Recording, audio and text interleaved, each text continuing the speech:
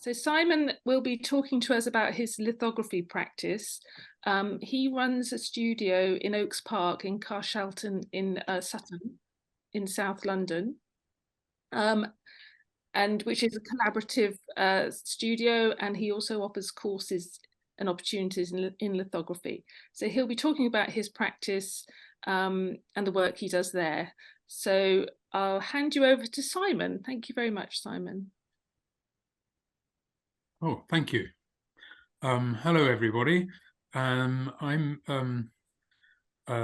going to actually spend a lot of the time not with my face on screen, but showing you a pre-arranged slideshow, and I need to share that with you now. I'm going to talk about a bit where I come from and how I got to do what I do, and also in the slideshow we're going to have a little intermission where there's a video which I'll play you, which lasts about just under 5 minutes, I think, which explains lithography in more detail, more of from a technical point of view, and shows you my studio. So that'll be part of this slideshow too. I hope you'll enjoy that. And any questions you can ask at the end, hopefully. So let's see. I was first introduced to lithography on my foundation course at Farnham. Of all the printmaking processes, lithography seems the most diabolical, and indeed is sometimes likened to witchcraft. The person who taught me did not seem to know much more about it than me, and I wondered why anybody would go through all this pain and effort to make multiple bad copies of an already bad drawing, which is what you see here on the screen.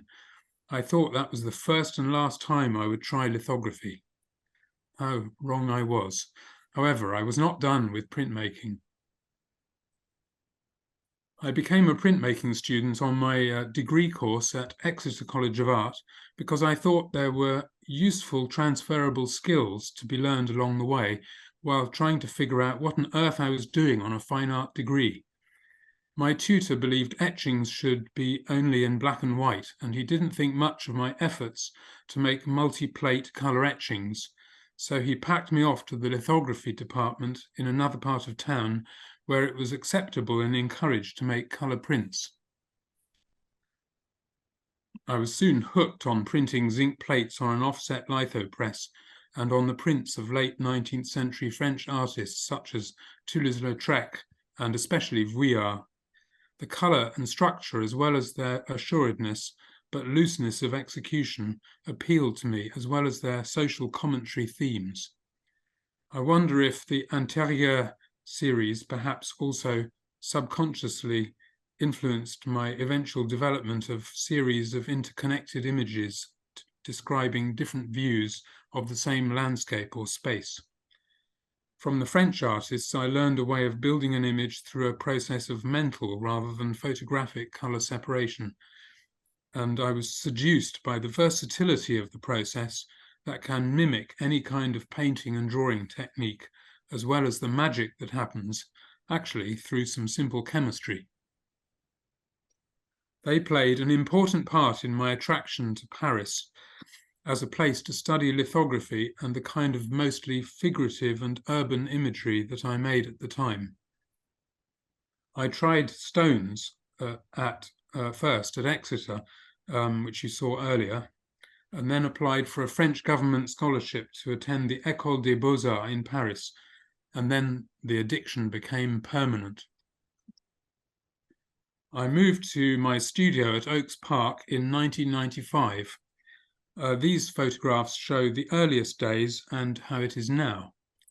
And one of the most recent things is the acquisition of the French 19th century wooden press, which you can see in the top corner on the right, which previously belonged to Andrew Purchase, who some of you may know.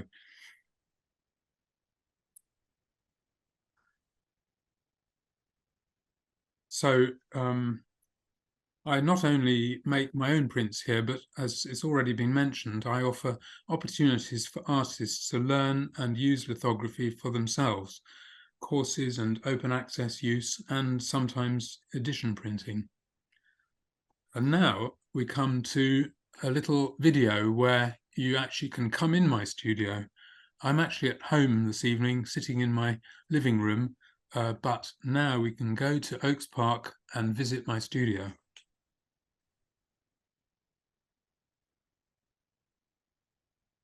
Hi, I'm Simon. This is my studio. If you'd like to come in with me, I'll show you around and then show you how lithography works.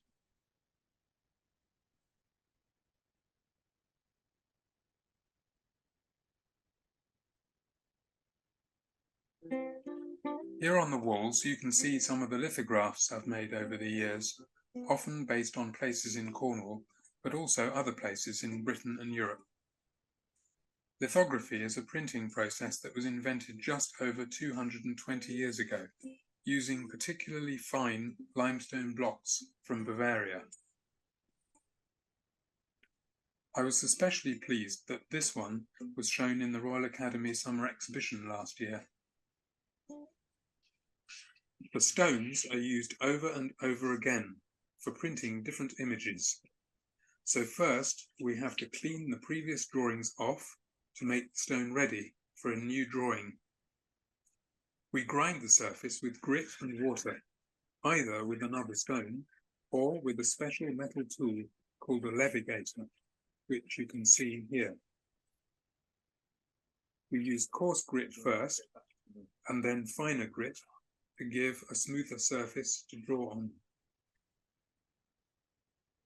A muddy smudge there.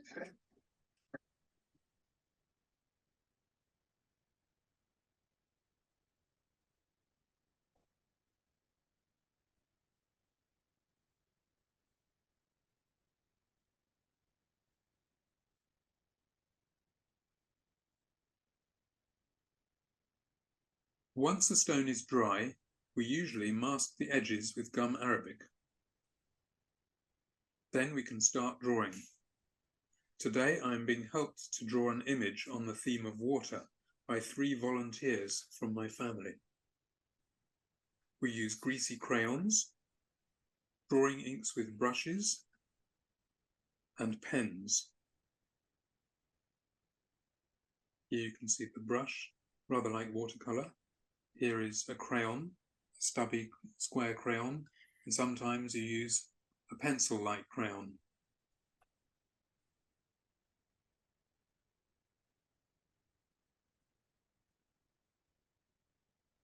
You can also use a pen dipped in a liquid drawing ink.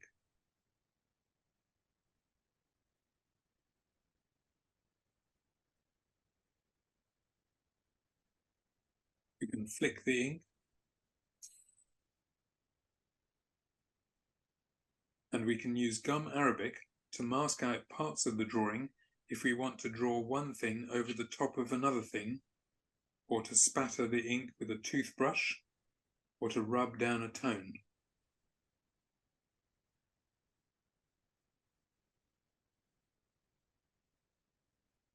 When the drawing is finished and dry, it's dusted with talc and painted all over with a mixture of gum arabic and a few drops of nitric acid.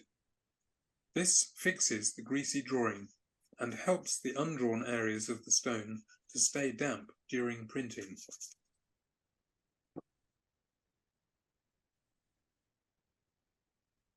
We clean the original drawing off the stone with solvent.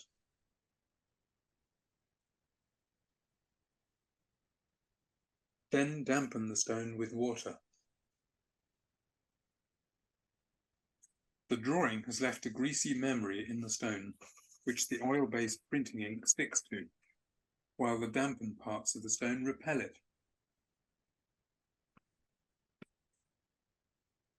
We usually repeat the gum process once more to make the image and non-image more stable before taking the prints.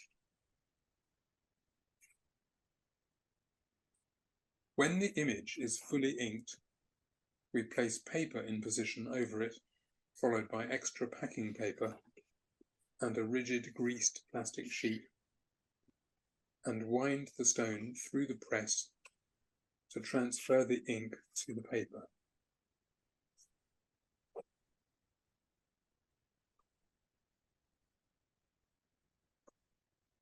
The finished print should be an exact mirror image of the crayon, pen and brush marks of the original drawing.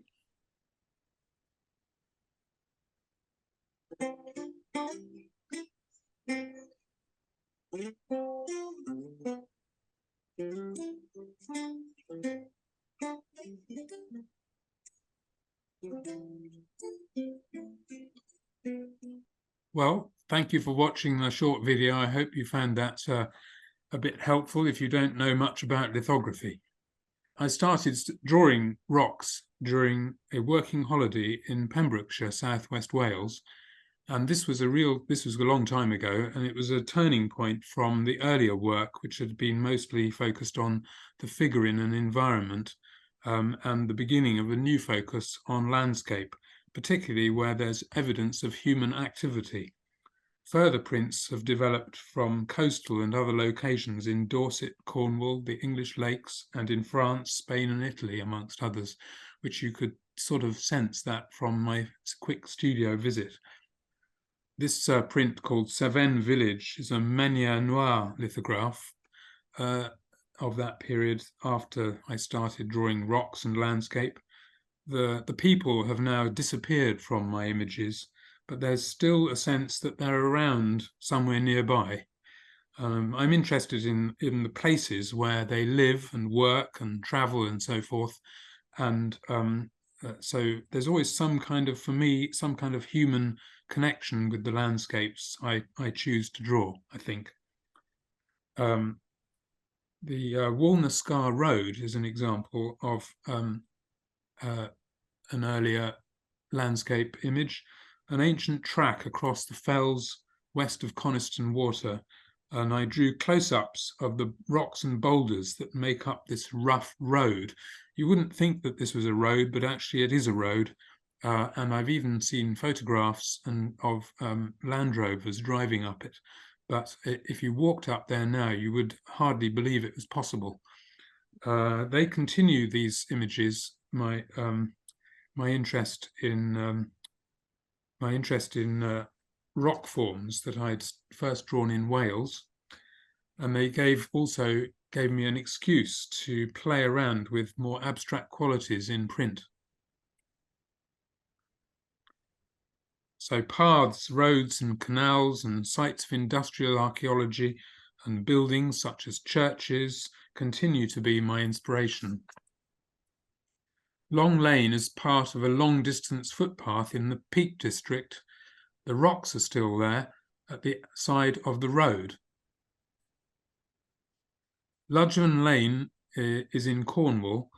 The shapes of the enclosing hedges take on a geometric, almost cubist rock-like form, and I explore texture through a frottage technique on lithotransfer paper to incorporate wood grain in the drawing. So this is a series of 4 photos showing you a bit about the process of transfer drawing on paper and then taking that drawing onto the stone to make an image on the stone, from which I then printed the lithographs.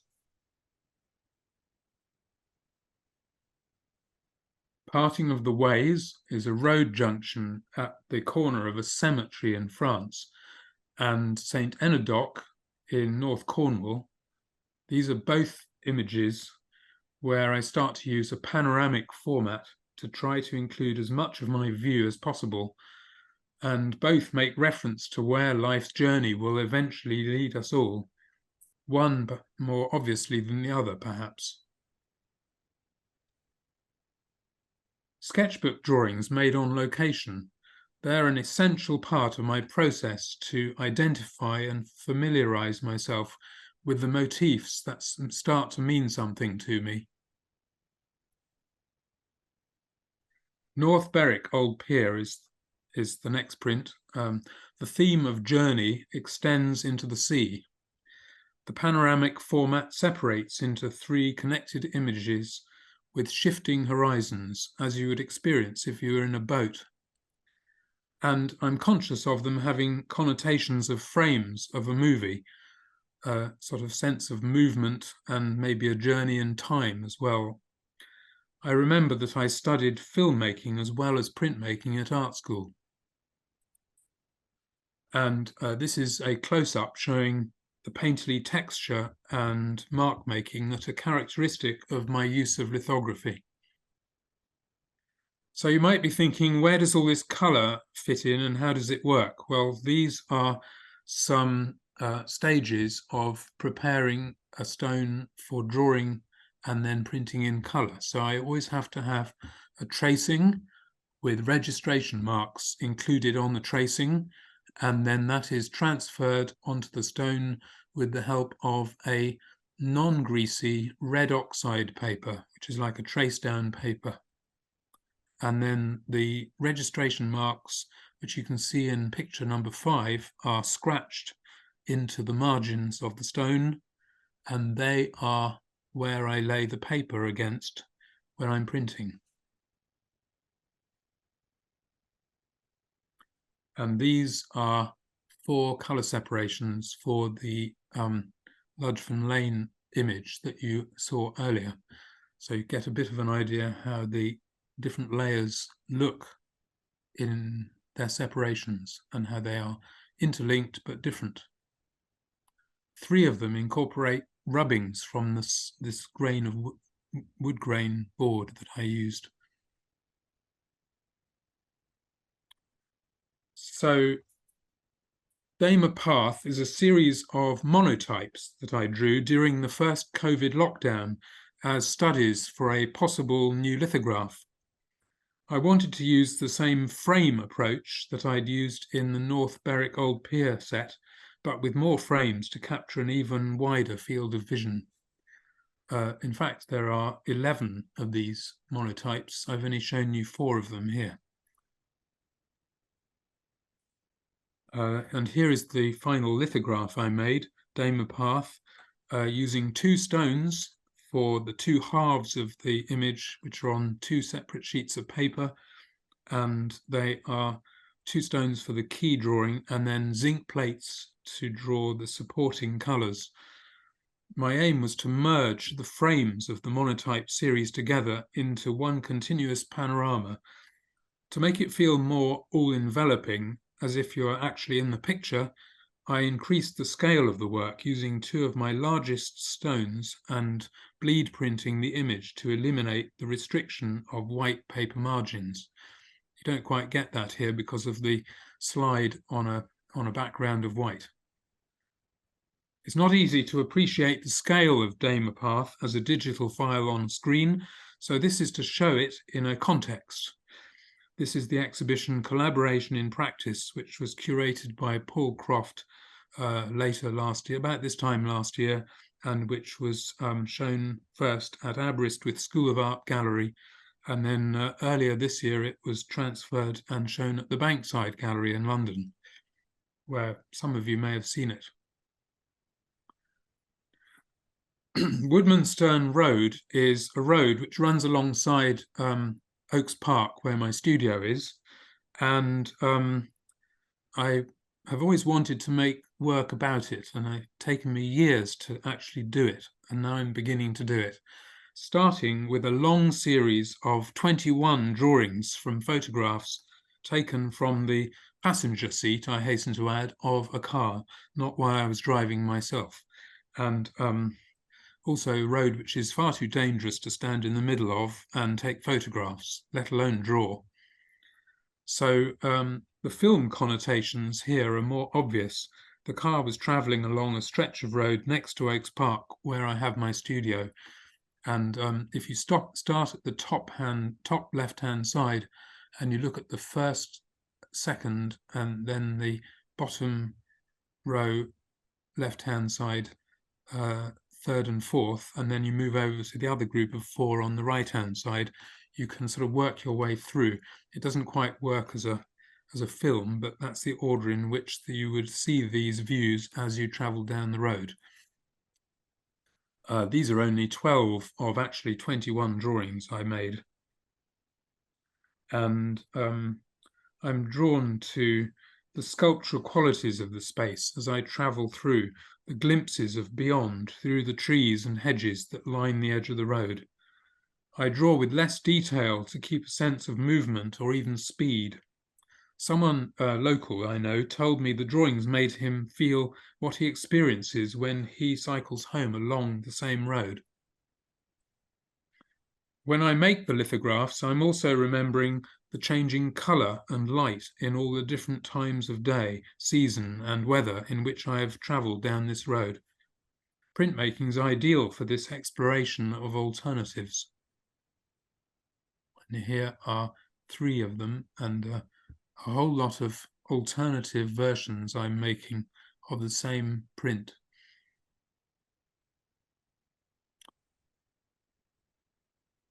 I think I've liberated myself from trying to make exact editions. In fact, I'm in the middle of making small runs of various versions of the same image. And at my studio, as it's mentioned already, I offer courses and supported access, including collaborative edition printing, for artists who want to learn and use lithography, stone lithography specifically, for themselves. And here are a few examples of those kinds of collaborations that have happened. And check the website and my Instagram to find out more.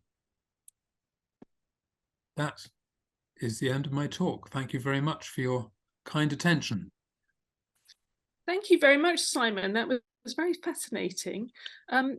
We have got time for questions now. So if you have a question you'd like to ask it directly, just raise your hand and we can unmute you and allow you to ask the question. I have a lot of questions myself, but obviously I should let members ask.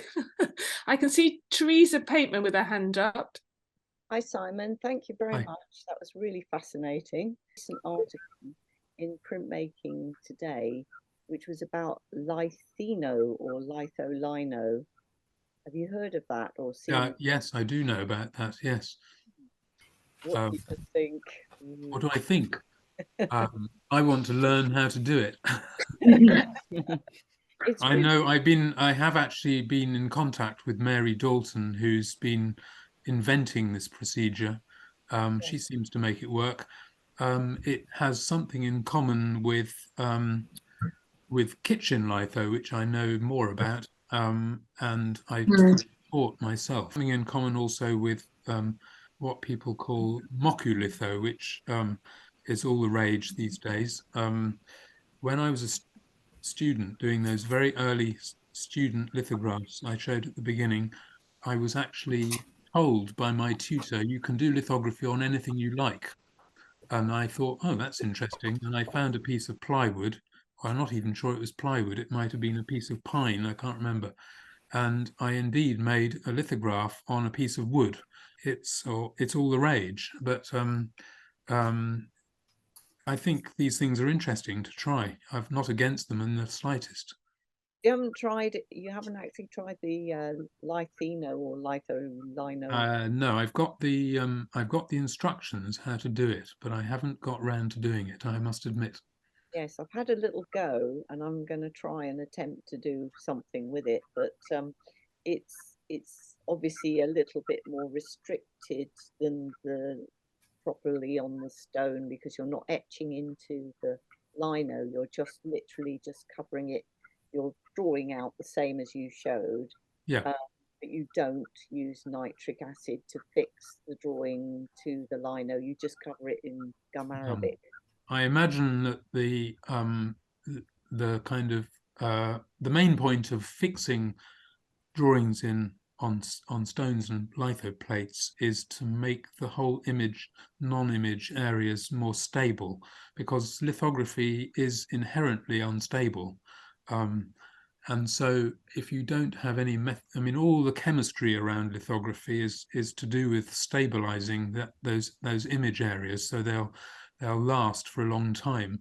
And of course that works and has been proven to work because it's been a highly successful commercial printing process for 200 years, and something like kitchen litho even is reasonably stable, because the equivalent of the gum etch is cola, which works because it has phosphoric acid in it, and so there's an element of acidic fixing going on even on kitchen foil, which, if you're not using anything on the lino, I suspect it won't last for very many prints. Yes, I think, well, I've done a few, and they like, you know, managed to do about 4 or 5. I haven't done it beyond that, but it does hog up, you know. And Yeah. I just wondered, sorry to hog the No. questions, but with the kitchen litho, which I had a go at many years ago, I found that some Coca-Colas work better than others, and I couldn't find, you know, the first one I used was great, and then thereafter it didn't work. So was it, do you find that, have you found that? When I've done it myself, I've always used the cheapest sort of supermarket cola I can find, and it works fine. Okay. But even old cola works all right. It doesn't have to be brand new. Doesn't have to fizz. No, the fizzing is irrelevant. Yeah, it's just phosphoric acid. It's the phosphoric content that makes it work, as far as I know. And I have even used, I mean, I've worked with Emily Azier, who invented kitchen litho.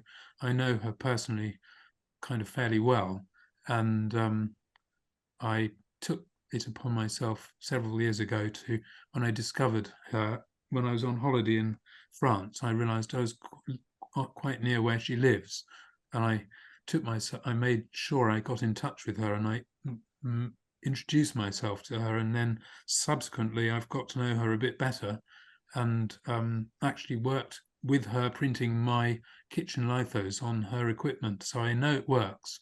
Oh, wow, that's impressive. Thank you very much. Thank you.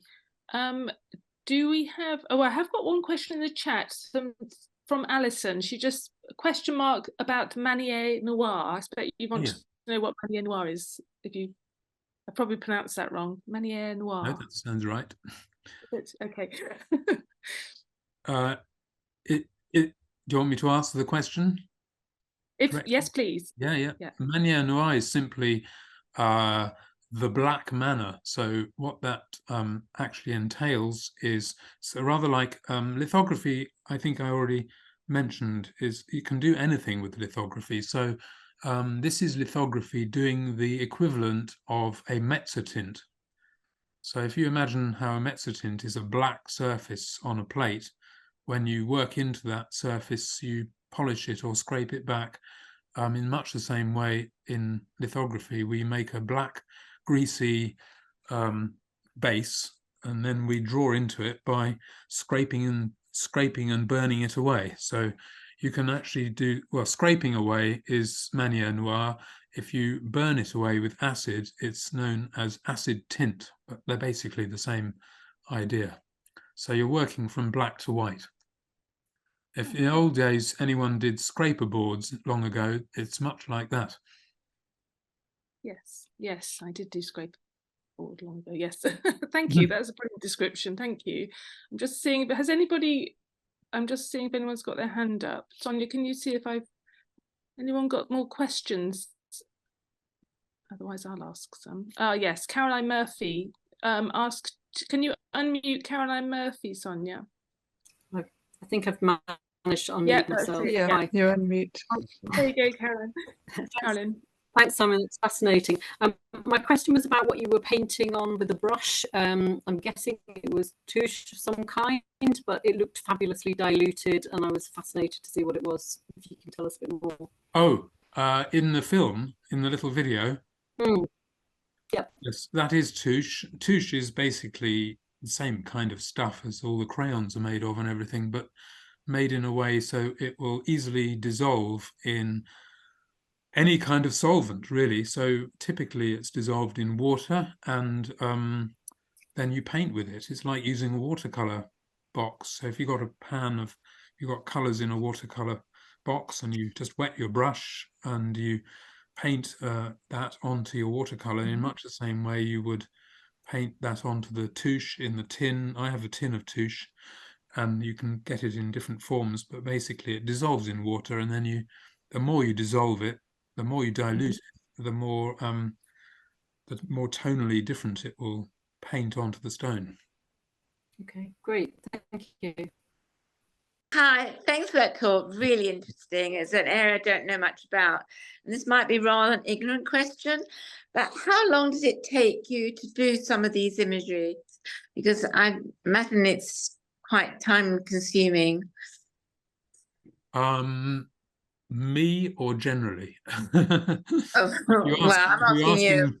If you're asking me personally, some of my images can take me you know, in the region of a year to get through, but that's because I'm very slow, or I change my mind about things, or I interrupt myself or distract myself with multiple other things I might do. But in fact, if you started with a drawing crayon on a stone, you could draw something in, depending on you could draw something in 5 minutes. You could put the gum on it, you could have it processed and printed in the same day. Gosh, amazing. But wouldn't you have lots of layers of sheets? Oh, well, that's one drawing, yes. I mean, of course, when there are lots of layers, well, most of my prints have on average four layers, I suppose. Right. It looks like it has that sort of depth. Yeah. So the reason it takes me a long time is because I'm sort of dithering, or I'm kind of contemplating my next move. Okay, thank you. Not because of the physical process. That's what I'm trying to say. Yeah, I understand. You're thinking about it and working it through and playing it. Yeah, I perfectly understand that. Yeah. Okay, thank you. Thank you. Any more questions? I'm looking to see if anyone's got their hand up here. Oh, Peg Morris, it needs unmuting. Yeah. Hi, Simon.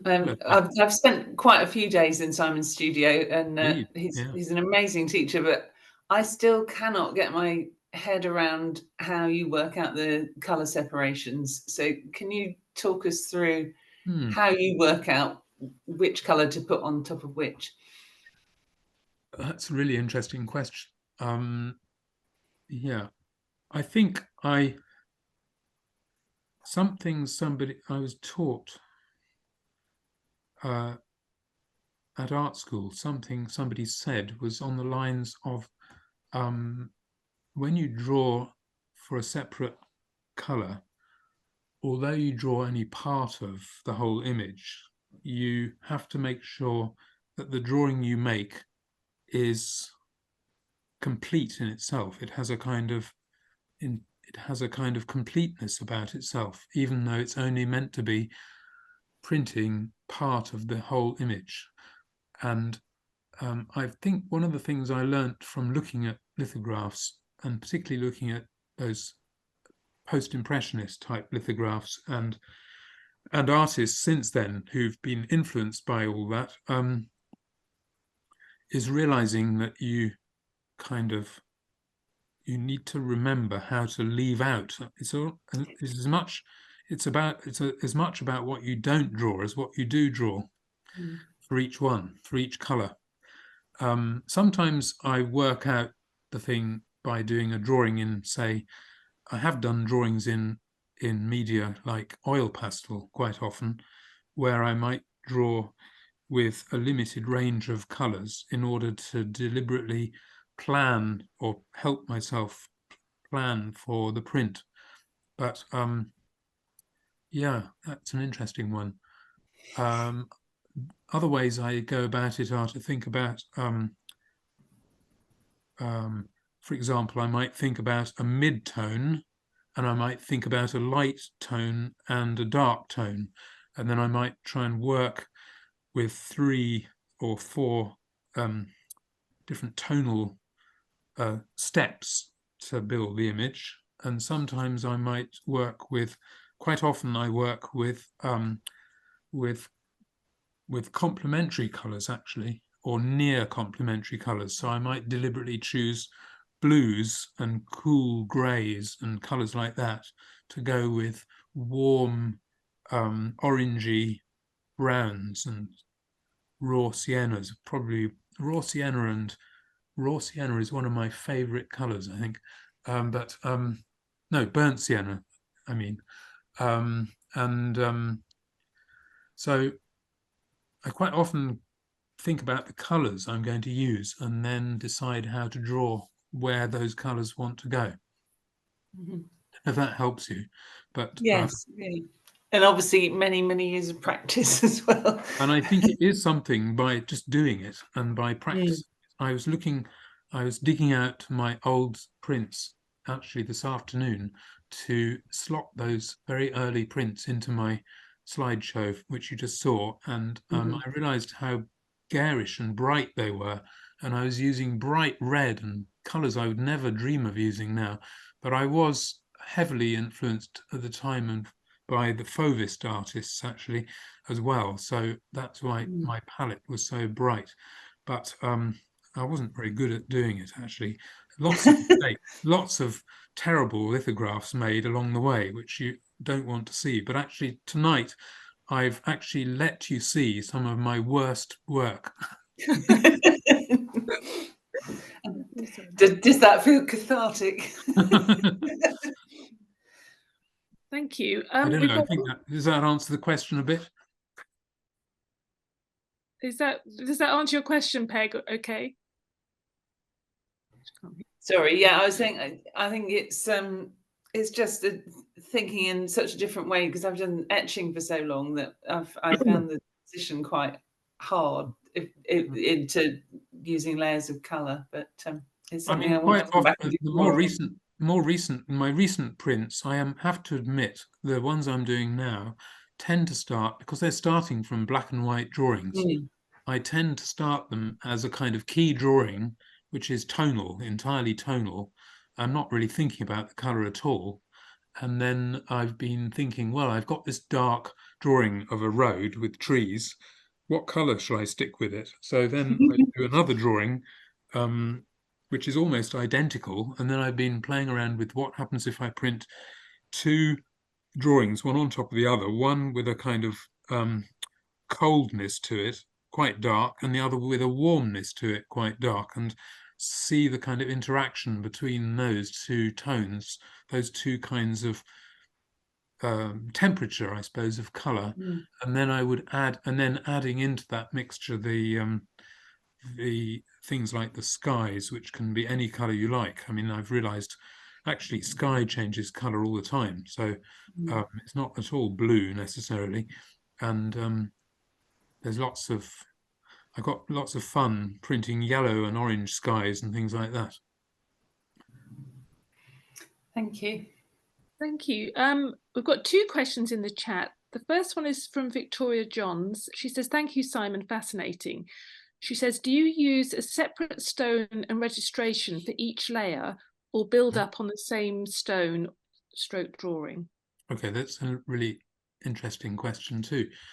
I'm in the, well, years and years ago, when I only had access to perhaps one or two stones, I would use one stone, draw the first colour, print it in the number I thought I needed. So if I was aiming for an edition of 12, I might have to print 16 or 20, and then I would grind the stone down and trace down and draw the next colour, and then repeat the process, and then hopefully end up with a colour print. And of course, because you're proofing effectively as you go along, you might print the first colour all right, and then when you come to the third colour, you think, oh, which colour is it going to be? And actually, the more colours you do, the more difficult it becomes, because you've got to get your colour to fit in with all the other colours that you've already printed. So like a reduction print. Well, not exactly, because you're not taking anything away from, you're making a new drawing, but on the same re-prepared stone. So you can draw any way you like, and the colours can overlap on each other as much as you like. But the decision making becomes more and more difficult, because with each successive colour, you've got to get that new colour to mesh in with the colours you've already printed. Now, if you've only got a limited number of prints that you've made, because your first few colours have already, the drawings for them have gone, because you've had to delete them to use the stone for the next colour, then your options are slightly limited. So it makes you have to think really hard.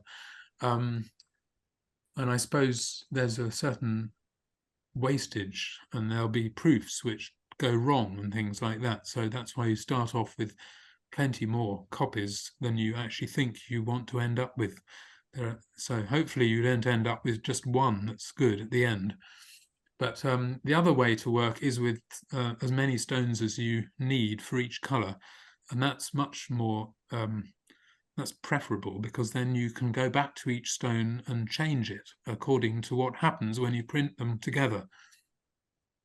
And I'm in the fortunate position now of possessing about 70 stones, so I can do that.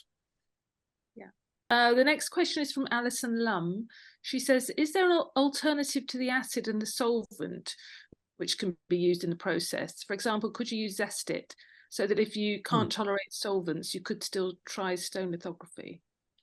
Well, the only reason for using solvent in lithography anyway is to clean out the image off the stone or the plate, and to basically that's the only reason you need it. So you could use, we regularly, in fact, I teach at Putney School of Art every week, and regularly we do a lithography course there, and we only use zest it for cleaning things out of stones. And we can use oil for cleaning up the inks at the end, just like you do in lots of other printmaking techniques nowadays. And so you can avoid solvent. As far as the acid is concerned, the amount used is tiny. So it's nitric acid in literally a few drops. So your exposure to that is absolutely minimal. The only worry might be if you're the person who has to fill up the bottle of acid every now and again. But alternatives, there are alternatives. Somebody I've come across recently in Vietnam, practicing in Ho Chi Minh City lithography, is doing wonderful stone lithography work using, in fact, adopting the Kohler option to etch the stone. So maybe that's a way forward. Yeah, thank you. Could you just tell us a little bit about the stones and your press? Because you said that the stones came from Bavaria, which sounds quite specific. And I wondered how long you can keep them for. And your press also sounds very specific. Just a little. Well, the stones most lithography stones throughout the world were quarried in this particular area of Bavaria, north of Munich. I think there are 2 or even 3 quarries where the stones come from, but I've been to the edge of one of them and looked in once upon a time. They've been quarrying stone there for years, long before lithography was invented, but it became the major source of lithography stone throughout the world.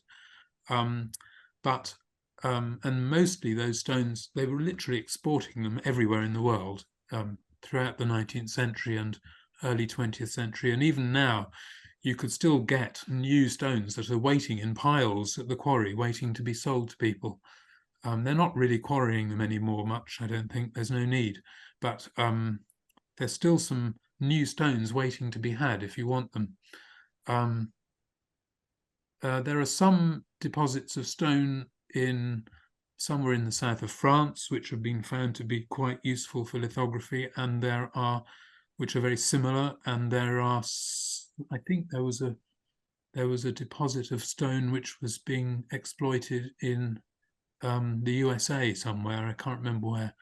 which was also found to be a similar kind of limestone. The point about it being that it's a very fine grain, which means that it will, and it has very few impurities in it usually, which means that it will work well for lithography. The limestone's part of it, but it's also the fine grainness of it. So you can't just use any old limestone because it will be too full of shells or other things like that. As far as other stones can be used, so marble is used for lithography as well. In Mexico, that's almost all they do. They use marble, which is local in Mexico. You can use onyx, I think, which may be a variety of marble, I'm not sure. So there are some other types of stone which people have been using where necessary in the world. But yeah, the presses are made for the job. The main reason being you can't put a lithostone through an etching press. That's the difficulty. Thank you. And so I suppose with the blocks, they just pass between artists, other lithographers, as they don't want them. Yeah, the ones, yeah, they circulate around between people. Yeah, yeah. They're always coming up. People are always wanting to get rid of them.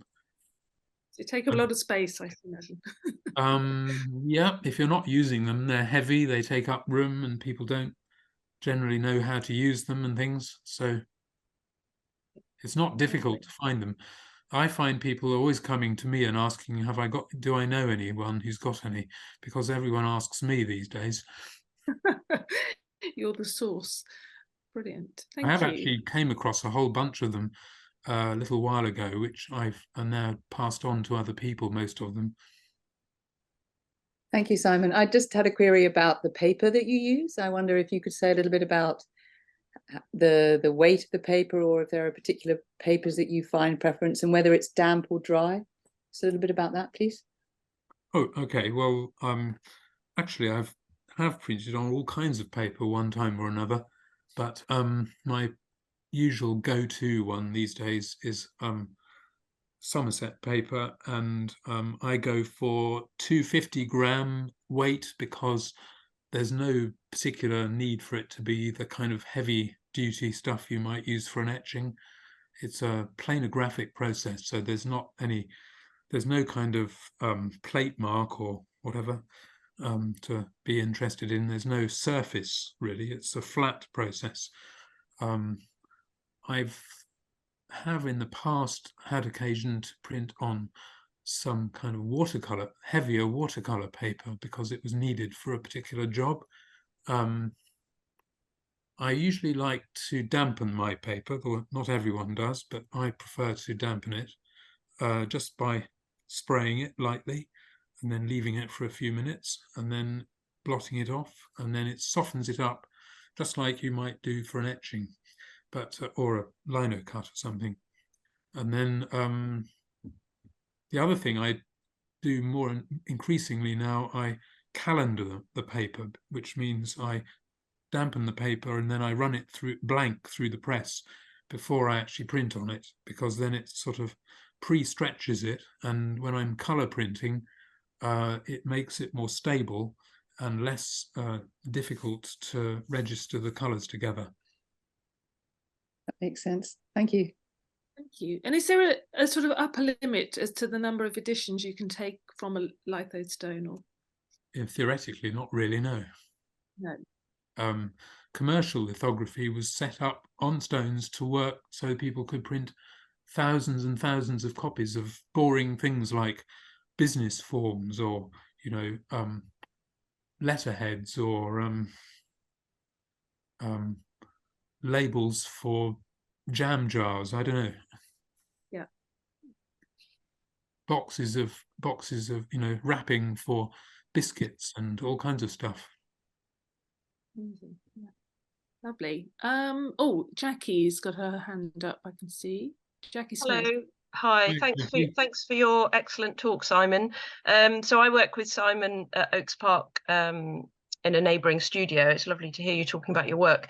I know we've talked in the past about lithographers being an endangered species in the heritage crafts, and I wonder if what you would say in response to that, really, and how can we stop lithography becoming endangered? Obviously, all coming and doing a course with you at Oaks Park is one way of doing that. And whether you think the newer trend that you mentioned, we talked about earlier, in lino lithography and wood lithography, whether that's going to spark a renewed interest perhaps in lithography, but particularly in relation to those two techniques, would you say that stone lithography is much more stable as a process compared to, I mean, I know you may not have done wood and lino lithography, but my assumption might be that stone lithography is more stable as a process than the other two. So I was just interested in your view about that. Well, I think probably it's true, it's more stable. On the other hand, my impression is there's while I think it's always going to be, lithography's always come and gone. I mean, lithography's always been endangered as far as I can tell. It was endangered in the 1950s. That's why the Tamarind Institute was set up in America, to try to save lithography and kind of train new generations of people who knew how to print with artists and so forth. Dolly, I mean, I think there probably were times way back when it was in danger. It comes and goes, it comes in fashions. But I think at the moment, there's generally a revival of interest generally in anything handmade. Traditional crafts of one type or of another are always seem to be in danger, but there's also lots of people who want to know how to do them. People are tired of doing their work entirely on screens, and they want to get back to, real ink and this kind of thing. They want the smell. I know some people may be allergic, they find it difficult for their health, but people want to smell the ink and smell the terps and get the dirty stuff under their fingernails and all this kind of thing. So there's quite a resurgence of enthusiasm for these processes, I think, at the moment. And I think that the interest in finding alternatives like lithino and mokulitho can only help to kind of add to the general, sort of upsurge of interest. Very good. That's a very positive way to end your talk, I think. Did anyone else have a question? Glynis, were you raising your hand? I wasn't sure. I wanted to ask a little about the preparation of the stone. You did show us quickly how to do it. When I was watching someone else, I was working with Stanley Jones on lino, and someone had won an award and was working on stone lithography with him at the same time. And she spent hours and hours and hours preparing the stone, and every time she thought she'd prepared it, Stanley came back and said, no, you have to work on it more. And being a stone carver, I felt quite attracted to stone lithography, but seeing the hours that it took, I wondered whether it has to be like that. Well, it does depend on the stone, what state it's in before you start.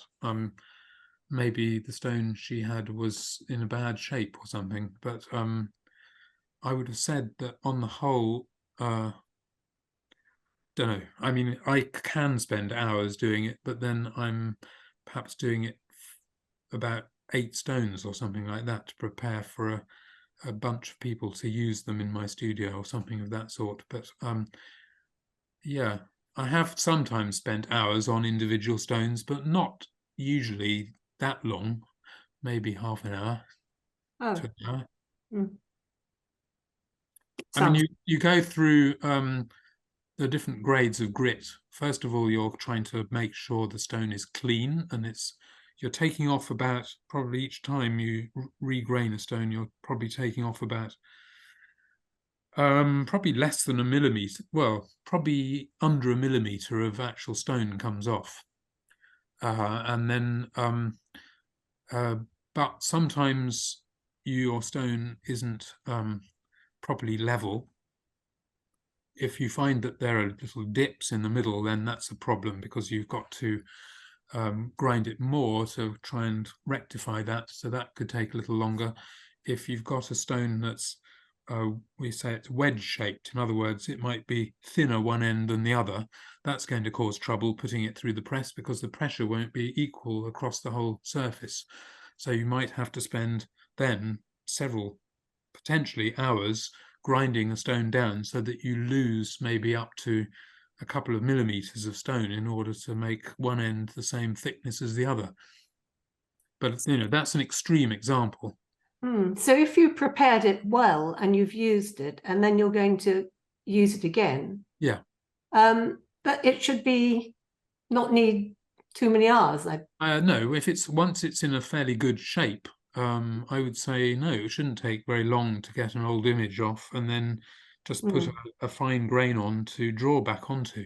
Another thing you can do while you're working yourself on your own stone is you can actually delete an image without going through the process of regraining it. You just degrease it and you do what's called counter etch it, which is essentially washing it with acetic acid, or in fact even vinegar, and then you have a reusable surface that you can actually, especially if you're drawing the same image again to draw another color, you may have a ghost image left behind of your first drawing, and you can then see roughly where to draw the next drawing to fit in with it. And that is a much speedier way of working on a multicolor print. Thank you. It's fascinating.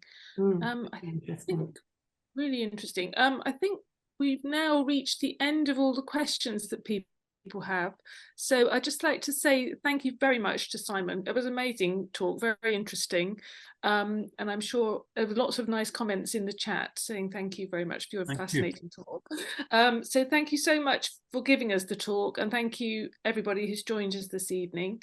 And so, yes, we'll just say thank you to Simon, and hopefully see you all again for the next talk. Thank you. Thank you. Thank you. Thank you so much.